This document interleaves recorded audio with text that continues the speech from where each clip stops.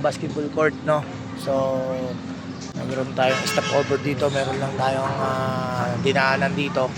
Pero habang iniintay ko pa yon, meron katanungan dito si Robert Orencia, no? Morning po, sir. Rebel, ask ko lang po kung na-direct to out of the playing court si assistant coach, ano penalty sa kanya? 2 free throw ball possession. Thanks po. Okay, so pag ganyan yung situation, for example, si assistant coach po yung na-direct, no, na-disqualify. Scenario natin, for example, nagkaroon ng girian yung dalawang player at siya ay automatic pumasok doon sa playing court.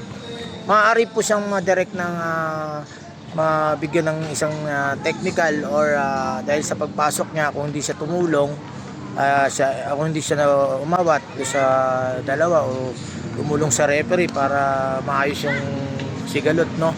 So maaari po siyang mabigyan ng technical ni referee doon, no? O kaya ma-disqualify po siya.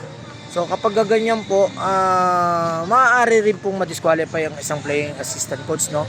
So ang penalty po niya sa opponent niya ay 2 free throw, no? Plus ball possession.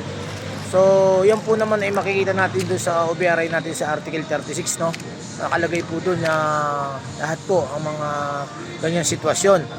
So hindi po coach lang ang pwedeng ma-disqualify ng direct, pati po assistant coach. Okay? So ang ball possession po niyan doon po sa opponent niya with the front court na po nila, no?